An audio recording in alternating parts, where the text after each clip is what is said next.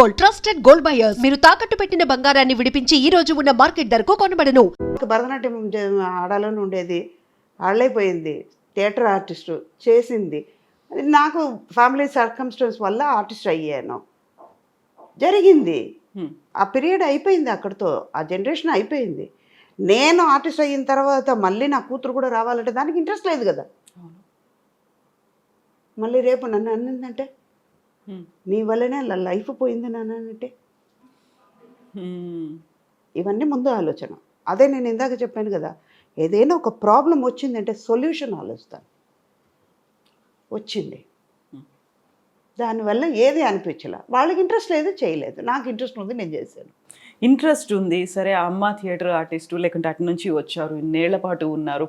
ఈ ఇండస్ట్రీలోకి వచ్చిన తర్వాత ఒక గాడ్ ఫాదర్, ఒక అలాంటి బ్యాక్ సపోర్ట్ ఇచ్చేవాళ్ళు, పుష్ చేసేవాళ్ళు ఎవరో ఒకరు ఉండాలి, ఉంటేనే నిలదొక్కుకోలేం. లేకపోతే ఇలాంటి సినిమాలు కానీ, ఇన్నేళ్ల పాటు ఇండస్ట్రీలో ఉండడం కానీ, ఇన్ని క్యారెక్టర్స్ చేయడం కానీ కష్టము అనేటువంటి ఒక మాట వినిపిస్తూ ఉంటుంది కదా. అది ఇప్పుడు వినిపిస్తుందమ్మా.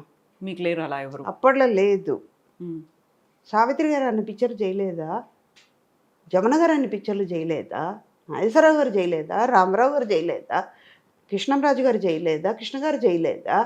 వాళ్ళందరం చూసాం కదా. ఇప్పుడు మాత్రం ఎందుకు అలా అనుకోవడం? ఆ పీరియడ్లో లేదు.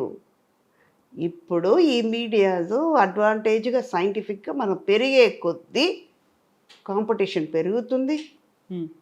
అప్పట్లో 2000 మంది ఉన్నారు, 2000 జాబ్లు ఉన్నాయి. ఇప్పుడు అలా కాదు. మా నాన్న టైంలో, ఆ తర్వాత నా పీరియడ్కి వచ్చేటప్పుడు 2000 మంది 200 జాబే ఉంది. కాంపిటీషన్ ఎక్కువైంది. ఇప్పుడు అలా కాదు. 2000 మంది 20 జాబులే ఉన్నాయి. ఇప్పుడు ఎవరికి వస్తుంది? ఈ 20 మంది బతుకుతున్నారు, మిగతా వాళ్ళు ఏమైపోవాలి? వాళ్ళు బతకాలి కదా. దానివల్ల ఇలాంటి అన్నీ జరుగుతున్నాయి. దానికి ప్లస్గా అది ఆలోచించి ఏం చెయ్యాలి అన్నప్పటికీ లేనిపోయిందన్నీ వస్తున్నాయి. మాకు అది అనిపించట్లా. హెల్దీ కాంపిటీషన్గా ఉండేది అప్పట్లో. వాళ్ళు ఈ సీన్లు బాగా చేశారు, డైరెక్టర్ వెరీ గుడ్ అన్నారు, మనం సపోర్ట్ చేసా. ఆ డైరెక్టర్తో ఇవాళ మనం వెరీ గుడ్ అన్న మాట రప్పించుకోవాలి, ఆయన నోటితో మాట అనిపించుకోవాలి కదా, మనం చేసామని అప్రిషియేట్ చేసుకోవాలి.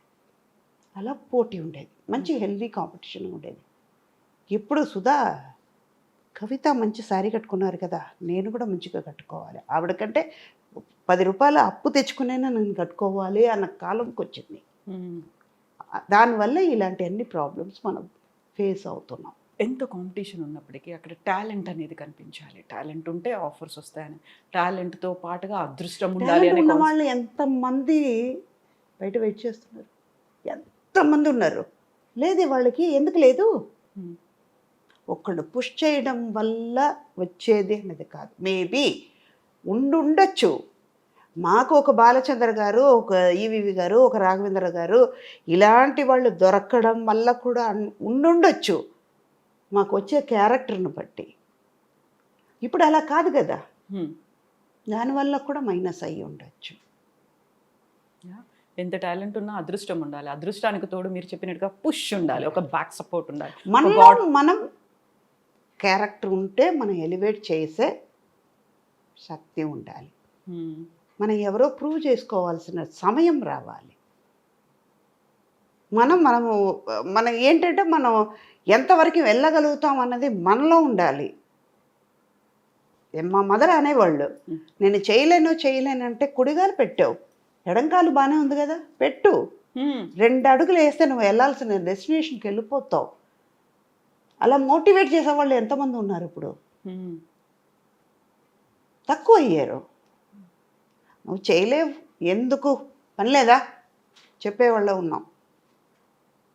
ఎంతమంది పిల్లలకి వాళ్ళు టాలెంట్ బయటపడుతుంది, చేయలేకపోతున్నారు.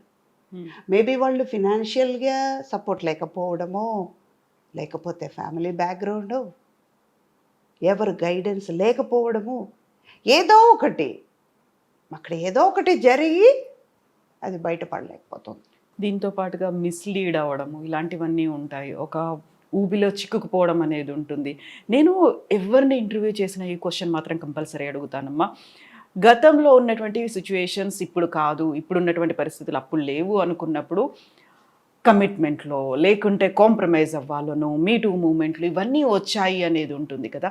ప్రతిసారి ఇలాంటి ఇష్యూ వచ్చినప్పుడల్లా అప్పుడు ఎందుకు చెప్పలేకపోయారు, ఇప్పుడు ఎందుకు బయటకు వస్తున్నారు, అప్పుడేమో యాక్సెప్ట్ చేశారు, ఇప్పుడేమో బయటకు వచ్చి మాట్లాడితే వచ్చే లాభం ఏంటి, వాళ్ళని ఎందుకు డిఫేమ్ చేయాలి, ఇలాంటివన్నీ మళ్ళీ ఇంకొక వాదన కూడా వస్తూ ఉంటుంది కదా.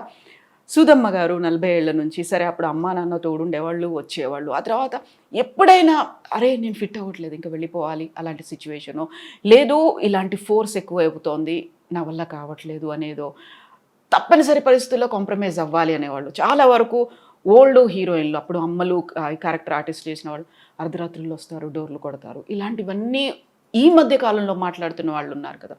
What is your response? మీరు అడ్వాంటేజ్ తీసుకోవడానికి ఛాన్స్ ఇస్తున్నారు కాబట్టి వాళ్ళు అడ్వాంటేజ్ తీసుకుంటున్నారు. ఇప్పుడు ఒక బ్యాగ్ ఉందమ్మా, ఒక ఇప్పుడు ఈ జనరేషన్కే నేను వస్తాను, ఒక సిమ్ కార్డు ఇస్తున్నారు, ఒక మొబైల్ ఒక స్మార్ట్ ఫోన్ తీసుకుంటున్నారు, దాంట్లో ఎంత కెపాసిటీ ఉందో అంత కెపాసిటీ మీరు పెట్టగలుగుతారు. కాంటాక్ట్స్ ఎన్ని ఉండాలో అంతే పెట్టగలుగుతారు. మెమరీ ఎక్కువైపోయిందని మెమరీ ఎక్కువైందని మీరు ఏం చేస్తున్నారు, వార్నింగ్ ఇస్తుందని తెలుసుకుంటున్నారు కదా. ఆఫ్టర్ ఆల్ ఒక చెడిపోయే వస్తువుకు అది తెలుసున్నప్పుడు 6 సెన్స్ ఉన్న వాళ్ళు మీకు ఎందుకు ఆలోచించలేకపోతున్నారు, మీరెందుకు వాళ్ళకి అడ్వాంటేజ్ ఛాన్స్ ఇచ్చారు. ఎదురు తిరిగి ఉంటే మీకు జరగదని, లైఫ్ ఉండదని భయపడడం వల్ల ఆఫర్స్ పోతాయి, నేను ఇక్కడ నిలదొక్కు కావాలనుకున్నాను అందరినీ ఎదిరించి వచ్చాను అని అనుకునే వాళ్ళు చాలామంది ఉన్నారు. అప్పట్లో మమ్మల్ని డైరెక్టర్స్ కొట్టేవాళ్ళు. ఇందాక ఒక మాట చెప్తాను, నేను బాలచంద్ర గారు ఇప్పుడు నేను కోట్లు సంపాదిస్తున్నాను, లక్షలు సంపాదిస్తున్నాను, ఆయనకి ఇవ్వట్లేదు కదా. లేదు, ఏనాడు ఇచ్చేనా, వాళ్ళ పేరు చెప్తున్నాను. వాళ్ళ దగ్గర మేము వాళ్ళు ఎలా ఉండాలని నేర్చుకున్నాం, కానీ వాళ్ళు మీద చెయ్యి మీద వేసేసి వాళ్ళతో బయటకు తిరిగేటప్పుడు బాగానే ఉంది, మిగతాదన్నీ చేసేటప్పటికి అసహ్యం ఉంది అని వాళ్ళ మీద ఎందుకు రివర్స్ అవుతారు. వాళ్ళు జోక్ చేశారంటే ఖచ్చితంగా ఖండించండి అక్కడే. మీ లిమిట్ దాటనియకండి, మీరు లిమిట్ దాటకండి. మీ కంఫర్టబిలిటీ ఏంటో నేను ఉంటాను అంటారు. అమ్మ మిమ్మల్ని కళ్ళు చూసి నేను మాట్లాడతాను, అలాగే ఇప్పుడు మీరు మైక్ పెట్టుకున్నారు, మొబైల్ పెట్టుకున్నారు, వాచ్ కట్టుకున్నారు, ఒక గాజులు వేసుకున్నారంటే నా కళ్ళు అలా తిరుగుతుంది, బాగానే ఉంది కదా అని తిరుగుతుంది. నేను డ్రాయర్ ఇంతే వేసుకుని తిరుగుతాను, వాడు చూసాడని అంటే వాడు తప్ప నీ తప్ప, అది నేను చించపరిచట్లా. మనం ఉండేదాన్ని బట్టి ఉంది. ఒక బ్యాగ్ ఉంది, దాంట్లో ఎంత పెట్టగలుగుతారో అంతే పెడతారు. సూట్ కేసు పెట్టాల్సింది బ్యాగ్లో పెడతా ఎలాగా. సూది దారం ఉందమ్మా, పాత మనిషిలాగానే ఒక అధిక మాట్లాడుతున్నానని నేను చెప్పట్లే. సూది దారివ్వకుండా దారం దిగుతుందా? ఇప్పుడు మీరే ఉన్నారు, అమ్మ అంటారు, ఏ అన్నారంటే మీరు ఏమంటారు, ఎలా రిప్లై ఇస్తారు? మనం ఇచ్చేదాన్ని బట్టి. ఒక గోడకి బాలు కొడుతున్నాం, ఎంత ఫోర్స్గా కొడతామో అది తిరిగి నా దగ్గరికి వస్తుంది. మిమ్మల్ని చూసేటప్పటికి నాకు మాట్లాడాలని అనిపించేటప్పుడు మీరు ఎందుకు మాట్లాడడానికి ఛాన్స్ ఇస్తారు? మీరు మాట్లాడకండి, అవాయిడ్ చేయండి, ఆటోమేటిక్గా వాళ్ళు తగ్గుతారు. ఒక్కసారి చేస్తారు, రెండోసారి చేస్తారు, పక్కన ఉన్న వాళ్ళు అంటారు, అది నేను కేరే చేయట్లేదు, ఎందుకురా, ఎందుకే అంటారు కదా. అప్పుడు నువ్వు ఇన్సర్ట్ అవుతున్నట్టే, వద్దు మాట్లాడడం మానేయండి. ఇవన్నీ చేస్తేనే. మీరేం చేసేవాళ్ళు? అప్పట్లో మాకు ఇలాంటివి వచ్చేదే కాదు కదా. మాకు ఎంతసేపు వర్క్ నేర్చుకోవాలి, మెయిన్ మొబైల్ రావడం వల్ల ఎంతకెంత అడ్వాన్స్గా వెళ్తున్నామో అంతకంత మన చెడు మెట్టెక్కుతున్నాం. చెడు అన్న మెట్టెక్కుతున్నాం, మంచిది ఎక్కట్లా.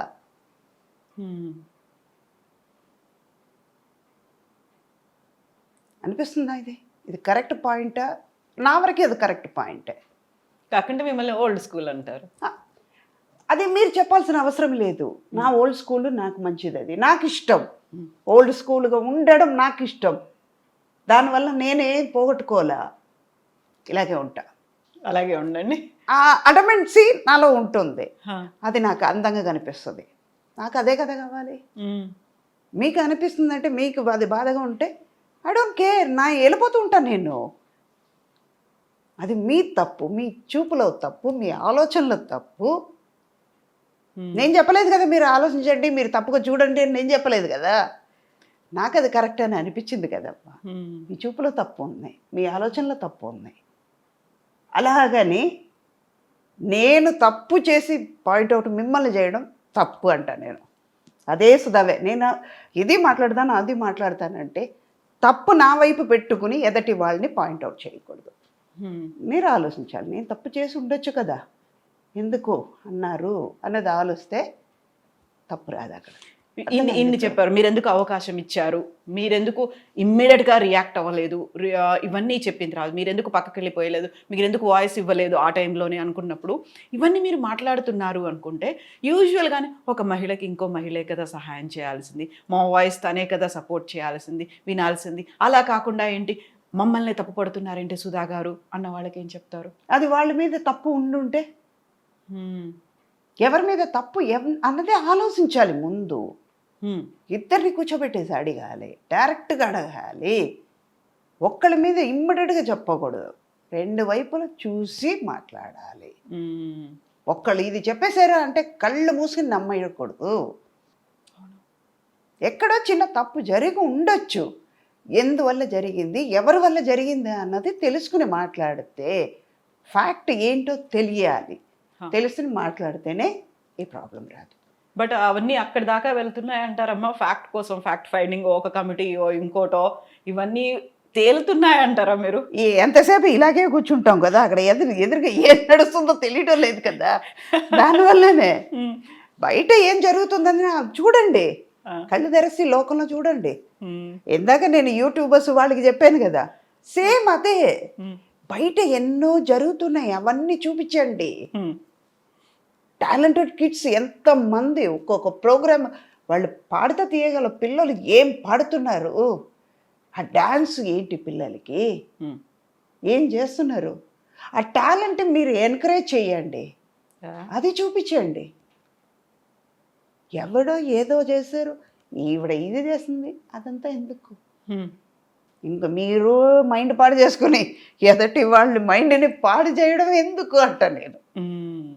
ఓకే, అది సపోర్ట్ చేయను అంటాను. ఇప్పుడు తప్పు ఎవరి మీద ఉంది? రాసేవాళ్ళ మీద తప్పు, వాళ్ళ ఆలోచన తప్పు అని పాయింట్అవుట్ చేస్తాను, అది తప్పు అంటాను. కానీ మంచిగా రాసేవాళ్ళని నేను తప్పు చెప్పట్లేదు కదా, అది కూడా చూడాలి కదా. True true true true true ఒప్పుకుంటారా? ఒప్పుకుంటా.